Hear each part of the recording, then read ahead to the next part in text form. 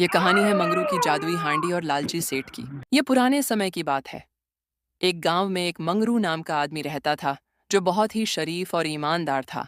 लेकिन वह गरीब था। वह रोजाना सुबह खेत जोतने के लिए जाता और सारा दिन खेतों में मेहनत करता। बस उसी से उसके घर का गुजारा चलता था। लेकिन वह अपनी जिंदगी से बहुत खुश था और लालच से बहुत दूर था। इसी तरह एक दिन वह सुबह अपनी गायें लेकर हल जोतने के लिए गया। रास्ते में उसकी कुदाल किसी चीज से टकराई और टन की आवाज आई। मंगरू ये देखकर हैरान रह गया और झुककर उसे उठाने लगा। फिर उसने इधर उधर देखा और घर की तरफ दौड़ पड़ा। वह चिल्ला रहा था, दादाजी, मुझे कोई अनमोल चीज मिल गई। दादाजी।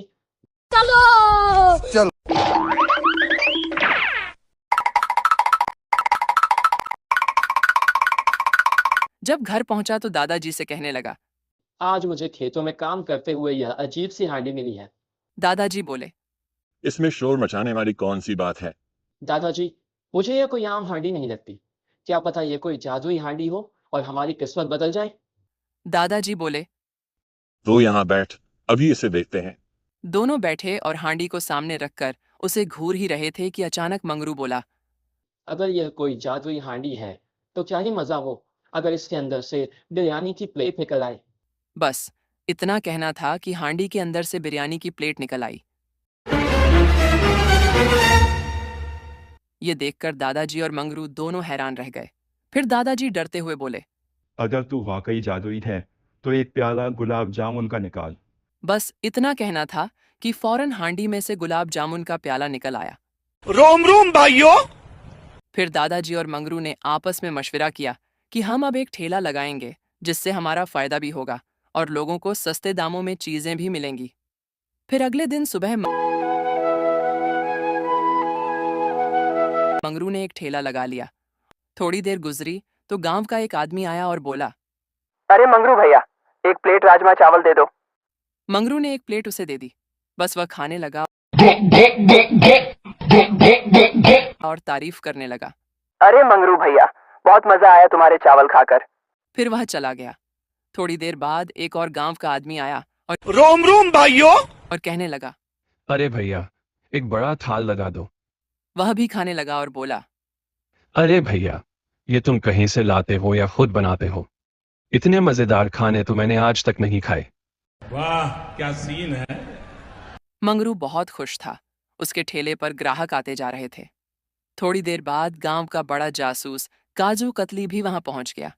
वह मंगरू को इस हाल में देखकर बहुत हैरान था और कहने लगा, मंगरू, कुछ मिठाई खिला दो। बस मंगरू ने एक प्याला गुलाब जामुन का दे दिया। वह तारीफ करते हुए वहां से चला गया। अब मंगरू अपने काम में मसरूफ था और अपने ठेले को ढाबे में बदल चुका था। लेकिन काजू कतली अपनी हरकतों से बाज न आया और सीधा गांव के सेठ झानपू दास के पास गया। वह बोला, अरे सरकार, वो गांव का गरीब मंगरू दिन ब दिन अमीर होता जा रहा है। पता नहीं कौन सी चीज उसके हाथ लग गई है।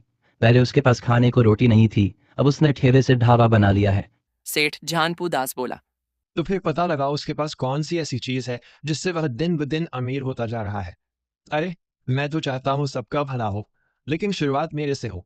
काजू कतली बोला, अरे सरकार, और लोगों की जासूसी से मुझे ऊपर वाला बचाए।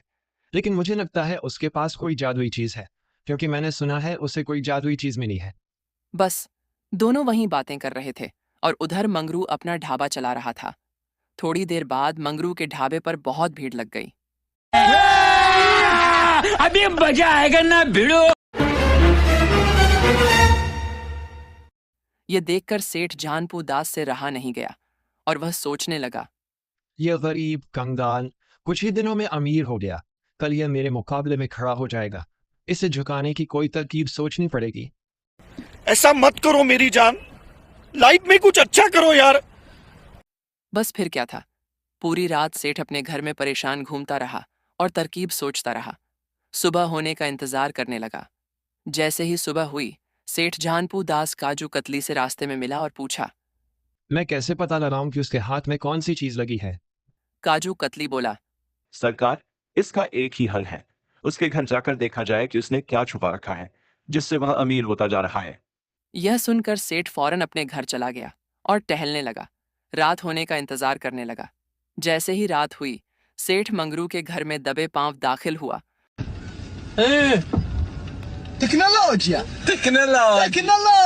और चुपके चुपके हांडी के पास जाकर हांडी उठा ली और वहां से निकल गया।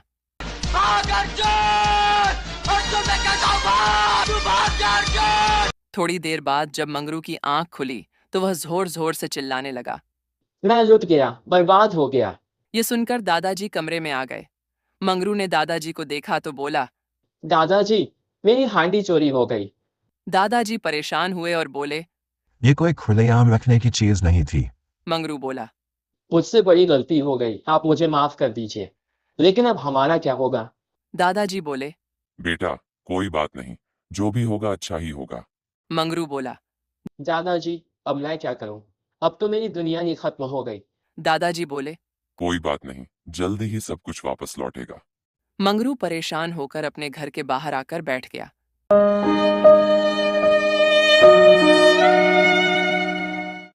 उधर सेठ बहुत खुश था और नाच रहा था। फिर सेठ हांडी के पास बैठा और कहने लगा, हांडी, मुझे ढेर सारा सोना चांदी और जवाहरात दे दे। पैसा ही पैसा होगा। मस्त। बस फिर क्या था, हांडी के अंदर से झाड़ू निकली और सेठ के सिर पर जोर जोर से लगने लगी। गाली भैया, मेरा मुंह से निकल गई, मेरी जबान टूट गई यार। क्या कर रहा है? फिर अचानक हांडी बोलने लगी, मैं लालची और खुदगर्ज लोगों का भला नहीं करती, मैं उनका भला करती हूँ जो दूसरों का भला करते हैं।